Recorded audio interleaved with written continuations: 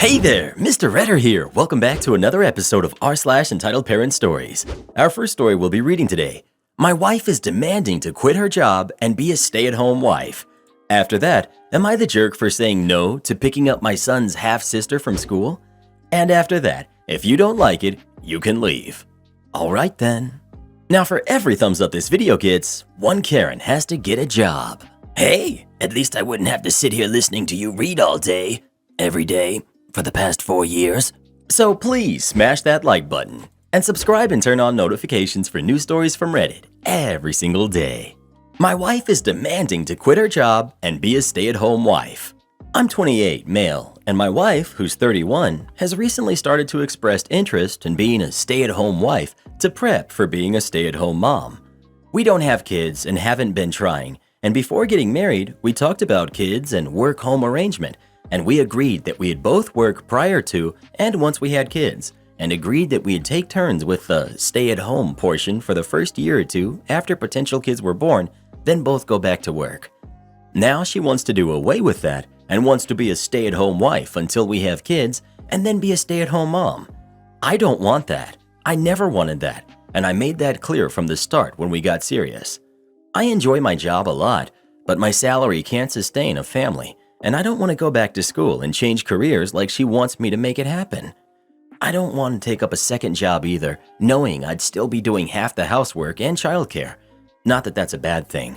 Whereas both my mom and her parents are local, she'd have plenty of help during the day and be able to get downtime. We had dinner at my mother's a couple of days ago with my sister and her kids. While we were there, my wife goes, "Your son's being mean. He won't let me be a stay-at-home mom." First, my family took this as she's pregnant and they got excited, so I had to tell them that she wasn't yet.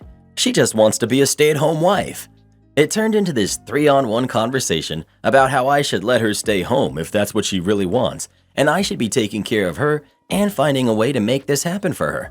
Finally, I go, "Would you two help her with the house whenever she needs it?" "Of course, that's what family is for. Especially when you start having kids, we'll help." "Cool. Keep that same energy and help me pay all of our bills and every other expense to upkeep our current quality of life if you feel so strongly she should get to stay home."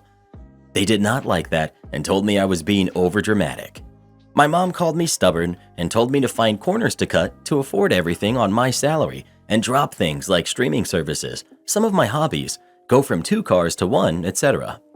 We left and my wife wasn't too happy on the way home. She says I was out of line for saying that to my mom and sister, especially since she thinks I was serious. Was I the jerk for telling my mom and sister to pay our bills if they wanted me to go along with it?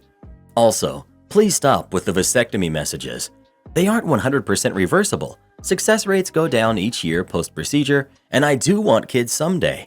I am mindful that a baby trap is always possible. Edit 2. Holy wow, this blew up. Thanks everyone for all of your responses. I do know to be careful of oopsie babies right now. For those of you insisting I reconsider, no. Look, I'm glad that stay at home and one income works for you all and you enjoy it, but it's not for me. I'm well aware one income means being financially tight, but it's more than that. I don't want the stress of making sure I'm making enough money on my own with 2 jobs and also doing my part in the house and being a parent. I'd much rather get to spend time with my kids when I have them, not be a stranger that falls asleep at dinner and spends a bit of time like my father was. Since this post was more about my mom and sister, I know all about the issues my wife is presenting at the moment and my options. I'm going to tell them to lay off.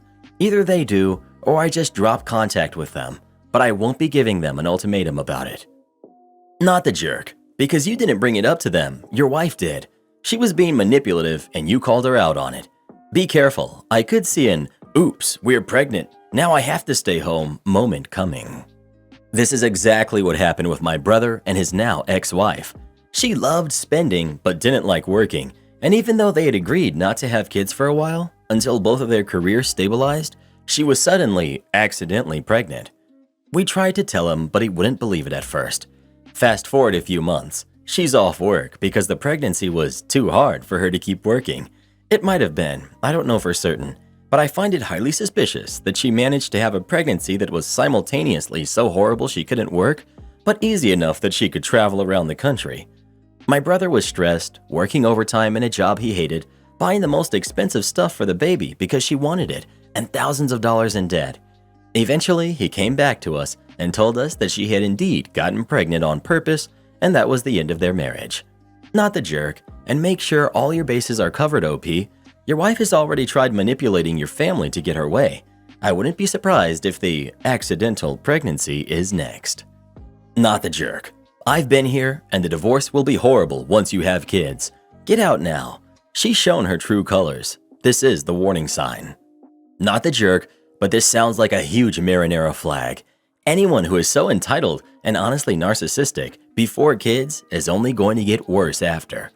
Let's be real here. She wants to stay home, not work, still have you be responsible for half the housework, and is pressuring you to change careers away from something you enjoy to be able to afford her a responsibility-free lifestyle. And on top of that, she tried to get your family involved. This reeks of childish entitlement. Well, who do you think is the jerk? OP or his wife? Please let us know. Considering you don't have kids yet, this is the perfect opportunity to bounce. Or you could end up being tied to her for the rest of your life. The choice is yours. Am I the jerk for saying no to picking up my son's half-sister from school? I'm a single mom of 2 boys, ages 11 and 10. Their father and I divorced 5 years ago after I learned he was cheating on me. He got her pregnant either right before he told me, and that was why he confessed, or right after. But our divorce was not an easy one. He wanted to stay friends, and I could not look at him after what he did. He and I were together for over 13 years. He was also a friend before he was my boyfriend and husband, and to have him betray me like that and treat me as he had was awful. He married his affair partner. They had a daughter within months of our separation, followed by a son after the divorce and their marriage. Last year, they discovered that his wife had cancer. What followed was a lot of fighting between the two of us again. He wanted me to help him and his wife out. He said their kids, who are currently 5 and 3, needed family beyond just him and his wife. His own family disowned him for our divorce. They were extremely religious, and she has no family. I told him it would be over my dead body I would help him. He argued that it was for the kids, and if not for his kids with her, then for our boys, who could see their family heal and be one. I told him he stopped any chance of that happening when he cheated on me. What I did not expect was for him to tell his daughter's school to call me when she got sick. He was at work at the time and couldn't leave apparently because he had already missed a lot of work due to his wife, and she was home recovering from chemo. I got the call, was asked if I would pick her up, and I said no. Several hours later, he went off on me on the phone for leaving his sick kid at school when I knew they had nobody. This is when he told me how he couldn't leave and how his wife was resting. I told him the babysitter for his son should have been called over me. He told me he was in daycare and I should be ashamed because she was a sick kid who's going through a lot and I could have helped. He told me he hoped our sons were going to be ashamed of me. They aren't, and I argued back with him over the phone at the time. But I guess part of me does feel bad for the kid.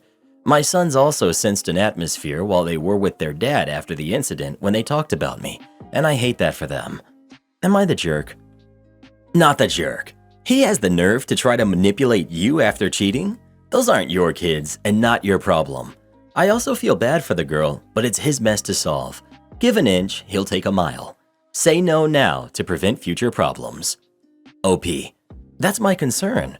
I do not want to be part of these 2 kids' lives in any big way, and if I say yes to one thing, then it gets harder to say no again, and that establishes more of a relationship than I ever want with them. Your ex is trying to use your basic decency to manipulate you. No responsible parent puts down an emergency contact without getting confirmation by the contact. This is all on him. As sad and unfortunate a situation as this is for his kids, you have the right to refuse to be their carer. He put his daughter in this position, not you. He is to blame for any discomfort she may have experienced, not the jerk. Not the jerk. What kind of fool lists his ex-wife as an emergency contact for his affair kid? The audacity of him to get mad at you. The only kids of his you need to care for are the ones you share with him. Do not let him tell you otherwise. Too bad he tanked his own life, but that's not your problem at all. If he can't handle the situation he got himself into, he needs to figure out a way to get himself through it. You're not responsible for his mistakes. While it's unfortunate with his wife, you're still not obligated to help him at all with anything except as related to your own kids. He can apologize and make amends with his family, or go out and make friends and get support that way. It's not your job. You very clearly told him no. He put you on the list anyway, and then screamed at you when you didn't comply with his assignment? Sign your kids up for some counseling, because this guy is a jerk when he does not get what he wants, and they should not have to deal with their father's BS behavior. He cheats, but still wants to be friends after betraying you? His family disowns him, and he demands that you step up because his kids need family? Then he wants you to do it so his boys can see their family heal and become one. He's the one that caused it to break. Still won't comply with his demands, he'll sign you up with the school without your knowledge or consent, then try to manipulate you with guilt, saying your kids will be ashamed. Hello? Does this man have not one friend or neighbor that could pick up a kid from school and drop her off at home? Zero? That's telling. Sounds like people that he can't manipulate with guilt don't hang out with him and don't accept his assignments. Were you also supposed to watch his kid the rest of the day since his wife is resting? Take care of his sick kid and infect yours too? Maybe you should also watch his kid instead of daycare, clean his house, make dinner, and drive her to chemo. His shoes might need to be shined too. You are allowed to say no. You should send a letter, return receipt to the school that says you aren't that kid's emergency contact and their parent put you on the list without your permission. Copy it to your divorce lawyer and your ex. If you give in now, his demands will only increase. He needs to find solutions to his problems that are not volunteering you, not the jerk. If you don't like it, you can leave. All right then. My dad works for an employee-owned civil construction company. They make water processing plants, among other public utility buildings. Contracts can range from $10 to $50 million and more after expenses. They spend the vast majority of said budget on materials. Again, millions of dollars. One company they get parts from is their main supplier of pipes and plumbing doohickeys. They spend about a third of their budget with them. Again, specialty in water treatment plants. He's even received awards for being one of their top 5 customers. 2 years ago, it was a fire hydrant cookie jar, which he found hilarious. This particular job was on the East Coast in a state where my dad has yet to work. As such, he goes to the office personally to meet these people, on principle, mind you. He's just that type of guy. He meets the staff, or most of them. What he didn't know was that one lady was out that day, her day off. Eventually, the budget has been worked out and the structural base has been mostly completed. So my dad calls the suppliers to place his order. You know exactly who he gets, the one lady he didn't get to meet. So the conversation goes a bit like this. Dad: hello, this is Dad. I need to order some parts. Lady: of course. Do you have an account with us? Dad: yes, this construction company. Lady types a bit. I'm sorry, but I don't see an account for this construction company. Yes, we do. Could you please check it again? I'm afraid we don't have an account for this construction company. Now, it's important to note that A, my dad takes no crap, and he knows she didn't recheck because he couldn't hear her rather loud keyboard typing, and B, to create an account requires a credit history check, which can take 5 to 10 business days to get done. This company, my dad included, runs a tight ship, so this is entirely unacceptable. Dad: look, can I speak with the owner? I met him yesterday, and I would like to clear this up quickly. Lady: I'm afraid owner is unavailable right now. I could create an account for you if you'd like.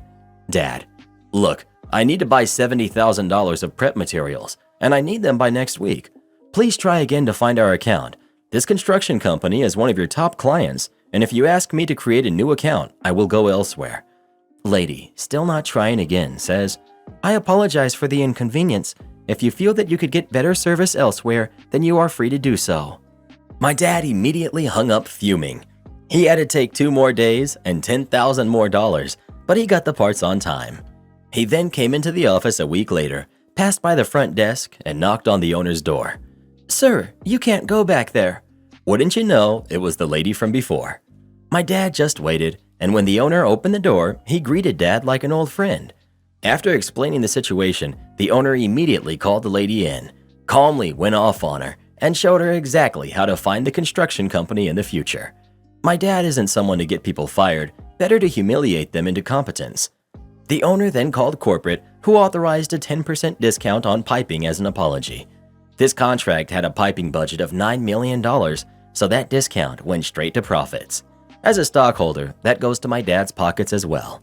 He's never had a problem before, nor since. Want some free gas? I got you, bro. So, several years ago, my friend, we'll call him Boris, and I would always help each other do the spring cleanup for our properties. This included taking out damaged trees, preparing garden plots, or taking care of our weed-infested yards. I was going to be first on the cleanup detail, so I prepared tools and implements the Friday before the big cleanup was to happen, sharpening tools and chainsaw chains, lawnmower blade, and just getting everything in order. Among those tasks was mixing gas with 2-cycle oil, finished up kind of late, and generally put things away for the next day. The next morning, Boris shows up with coffee and biscuits around 8 a.m. As we were sitting on his tailgate enjoying breakfast, my neighbors ride by in their beat-up Chevy Cavalier, smoking like a freight train. We will call them Rocky and Bullwinkle. Boris and I made the usual jokes about the amount of smoke pouring from the exhaust. Darn, bet they go to the gas station and fill up with oil and check the gas. We soon finished breakfast and thought no more about it. As we began to get the tools laid out and lay out an attack plan, I could not find my gas cans. No mixed gas, regular gas, or gas cans in general. That's when it dawned on us why the car Rocky and Bullwinkle were driving was smoking so bad. I'm upset to say the least. Well, all Boris and I could do was go shopping for gas cans, gas, and more 2-cycle oil. After we returned, we saw Rocky and Bullwinkle pass by several times, but all in all, we got a lot done. The next weekend, we dedicated to clean up at Boris's. A weekend or two go by, and we have a family dinner at my wife's and Rocky and Bullwinkle's grandparents'. Towards the latter part of the evening, we were having a few drinks. Most people had left, and myself and wife's grandfather were shooting the breeze when I had to go to the bathroom. As I was doing so, I saw a gas can with a very distinct paint on it. I inquired from the old man about how it came into his possession, and he stated Rocky and Bullwinkle left it there. I simply explained it was mine, as was another, and loaded them in my truck. It got to me every time that crappy car with my post neighbors went by. So I hatched a plan from a rotten egg. I went and bought a few gallons of gas, a few gallons of diesel fuel, and some other various oils. I made a concoction of these different chemicals and filled my new 6-gallon gas can I had purchased. With some clean gas, I filled the lawnmower and cut some grass that evening, making sure Rocky and Bullwinkle saw me. Then I put everything away, but forgot and left that rotten egg gas can out. I got up and went to work the next morning and didn't even think to check on the can. But when I got home, I checked and it was gone. My wife informed me that my plan must have worked as she watched Rocky and Bullwinkle go in and out with the car not only smoking, but spitting and sputtering as well. The last time they rode out, they didn't ride back in. They gave me about an hour of peace before they came over and wanted to know if I could look at their car and see what was wrong. If it could not be fixed on the side of the road, maybe tow it home. My response? I've had a long day and I have a migraine. Maybe tomorrow. I saw the panic set in when I told them that. That's when they told me they had no insurance and it was on a main road. Tough luck. So the highway patrol did run across it and it was towed. It was going to cost them around $500 to get it out of impound, plus they had to have current registration and insurance. Car wasn't worth it. Well, they're the type of people that good luck just falls on them, and the pastor for a local church gave them an old Ford Taurus. Took me a few cans of rotten egg gas, but I got the motor to lock up after about a month. This time, it quit in their grandparents' yard, so they scrapped it, and as luck would have it, they got their income tax returns. They bought a nice-looking Ford F-150, but it began having problems too. Smoked really bad. They did take it to a mechanic that eventually found the problem. He got the truck running right again for about $1,500, and I've never had any more gas come up missing. Thanks for reading. Wait, so first it was Rocky and Bullwinkle were the neighbors, but then it was them at the grandparents' house. Brother-in-law? Cousins? Made-up story? OP. They're my wife's cousins. Am I the jerk for giving my mother a house on the condition that my brother and his family do not come live with her? I'm 45, female. My mother is 76, and she's a very simple person. My father abandoned us when the youngest was 6 months old, and my mother was never the same mentally. I have a good financial condition. I try to help as much as I can with the groceries and bills, but it's very complicated because my mother refuses to come live with me and remains in the terrible house that my father gave her in the divorce. My brother, my sister-in-law, and their 3 kids, who are 13, 9, and 5, live in the house at the back. And the house was tiny with a big yard, But brother built his house in the back and made the house even smaller.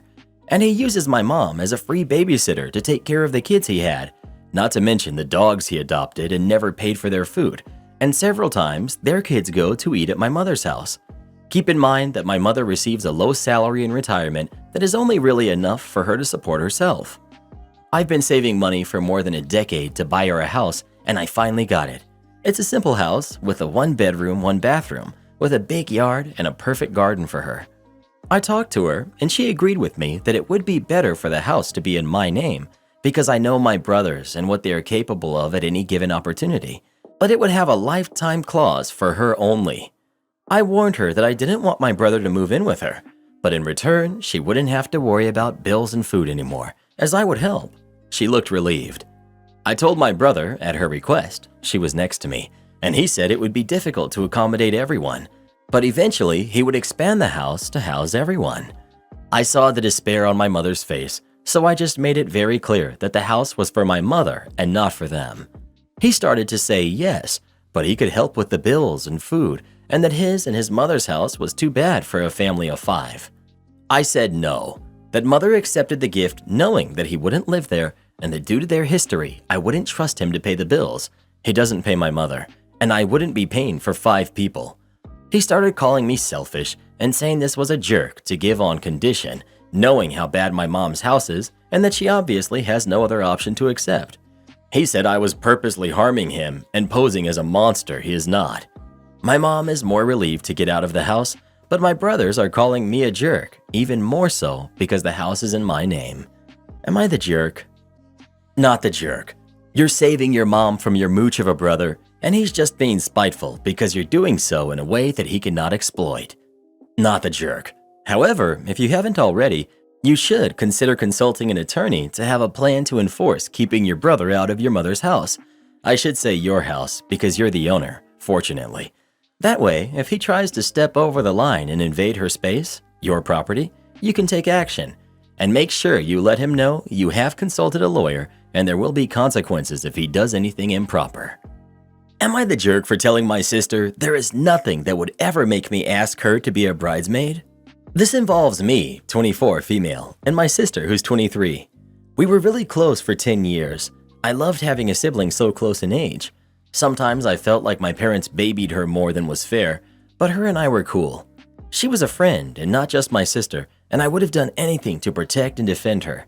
We both got busier for a while, and it was after the business started that I noticed I would get into trouble a lot more, and it never made sense.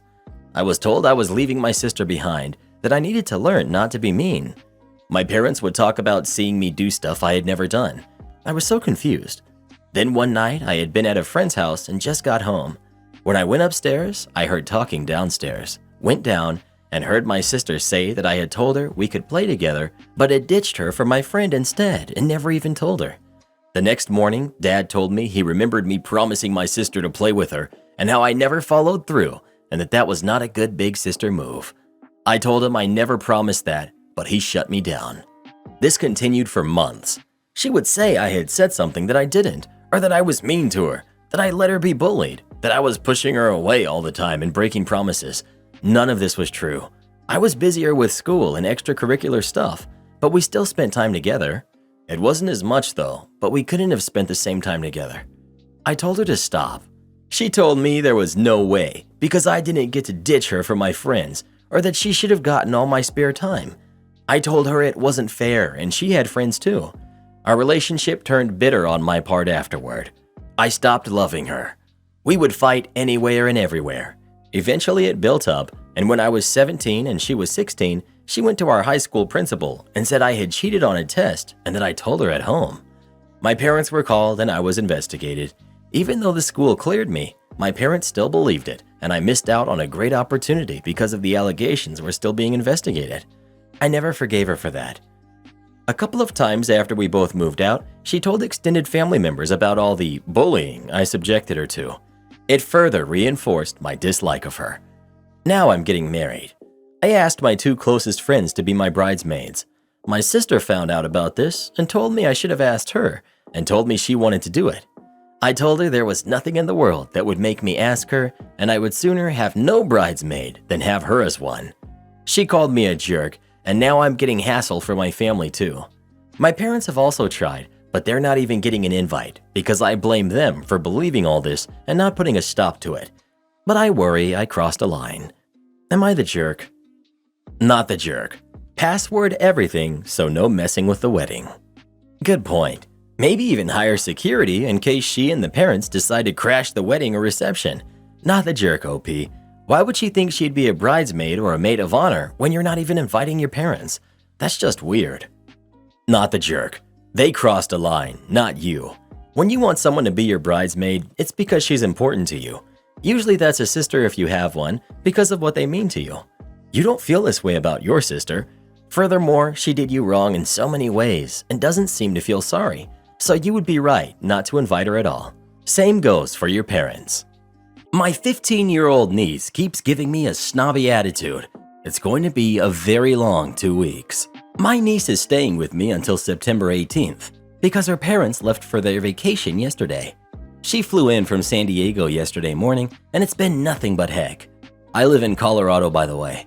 She keeps nonstop complaining about how cold it is here, as if I have any control of the weather. When she first got to my house, she said, "Do I really have to stay in this?" before even entering. I live in a townhouse. She was upset there is no pool and was like, "Why don't you have a pool? I know you're poor, but everyone should have a pool." My car isn't as nice as her parents' cars, and she keeps complaining how run down it is and is scared it's going to fall apart. I drive a 2016 Honda Accord. There's nothing wrong with it. It's kept clean. Her dad drives an Audi, and her stepmom drives a Maserati. She also keeps making videos around my house, laughing at all of my furniture, the way the house looks, my car, etc. She asked if I got my furniture at IKEA because it looks cheap, and she laughed. She's complaining because there's carpet throughout the house, and only poor people have that, and that the bathrooms have tile floors and not marble, and that she has to shower in a tub shower with a shower curtain. At her house, it's a stand-up shower with marble walls, and there's a glass door. I don't have stand-up showers. She's also mad that there's no sauna in the bathroom. She said straight to my face, "I can't believe I have to stay in this crappy place until my parents get back," and then walked outside and slammed the door and was texting someone, probably her dad. She's very close to him. As of today, my guest bedroom already has stuff out everywhere. The blankets I originally had on the bed, along with the pillows, got thrown into the hallway and replaced with the ones she brought. She has clothes all over the floor. She has a few dishes with half-eaten food sitting on the floor. I told her yesterday no eating or drinking upstairs. She's using the dresser as a vanity and left all of her makeup and used makeup wipes out everywhere. She said if I want the room clean, I can do it myself or hire a maid, then laughed and said, "Oh wait, I forgot. You're too poor for that." I ordered takeout last night from a local restaurant, and she made fun of the menu because the prices were cheap. $25 for a burger is cheap? And she got the $80 filet mignon dinner and threw most of it out because it tasted weird and she wasn't that hungry. Her dad sent me $650 to feed her and take her to do whatever, so that came from that money. Yesterday, we went to eat at Outback Steakhouse for lunch, and she refused to eat any of her food. She said it looked weird. She said her dad would never take her to a dump like this restaurant. Then she kept complaining she was hungry after we left, and I'm a terrible person for making her starve and wasting her time by making her sit there. We also went furniture shopping because her dad wants to buy her a new bedroom set for her 16th birthday next month, along with her trip to Hawaii. She's being very picky, and he wanted me to check out the prices of places around here, see if she likes anything, and get back to him on it. He said she has a budget of $8,000 total for her bedroom. She wants either these upholster princess bed frames or these mirror bed frames, which are pricey. It's around $3,000 to $5,000 for the ones she likes, and that's just for the bed frame by itself. She also wants a vanity, a bench, a nightstand, a chandelier, and a dresser with it, and they all have to match the bed. I tried showing her cheaper options, and she screamed at me in the store, "I have no taste, and that it's her bedroom furniture. Stay out of it." She told me to go back to the car and wait because I'm annoying her. I was about ready to leave her there, honestly. She then wanted to go clothes shopping and knows her dad sent me money. I said, "You can get an outfit," meaning one. You still need food from the grocery store. She was not happy about that and told me to stop being a cheap jerk with her dad's money. She was adamant about getting this one dress and a pair of heels that was $230. That's less money than she has to spend on groceries and other things. She knows this and still went with the purchase. She wanted me to buy food for her from Whole Foods and use some of my money if I run out of the money her dad gave me. I was going to buy her her own groceries because she's a very picky eater. I suggested a local grocery store because it's cheaper and she can get more food. She started yelling at me, calling me names, so we went home instead. She ignored me the rest of the car ride and was texting someone. She got out of the car and started crying, saying she misses her dad and she hates me. She hates my house, it's so embarrassing and trashy, and wishes she could be on vacation with her dad, and it's not fair she has to stay with me, and ran into the house crying. She keeps yelling at me to buzz off and stop talking to her, that I'm annoying, to go away, etc. when I say anything to her. I was eating a sandwich earlier, around almost 4 p.m., and she came downstairs and said, "Nice to see you feed your fat face while I starve. You're such a selfish jerk. You know that I hope you choke on it," and rolled her eyes and went back upstairs.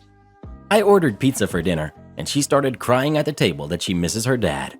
I asked if she had called him and talked to him today, and she said in a rude tone, "What do you think?" and rolled her eyes. Then she was complaining about how gross the pizza was and got up and took the box and threw it in the garbage. She then told me to go to a gym and to lose weight, said that I'm disgusting and went outside. She also just took a super long shower and said she's going to keep doing it every day since it's so cold here. And if I don't like it, tough, because she doesn't like being cold or being here. She swore at me for not turning on the heat in the house. It's not cold enough to turn the heat on, in my opinion. I usually don't start doing that until the end of October, beginning of November, when the highs are only in the 50s. It's going to be a very long 2 weeks. She goes to a private school, and they are doing online school again this year. Her first day is September 7th, and she's already telling me that I can't force her to log in and do her schoolwork, that she doesn't care about it. She's right, I can't. But I don't want to be blamed for her being tardy. I know her dad will be pretty upset since he's paying for her to go there. This girl needs to return to the shadows from whence she came.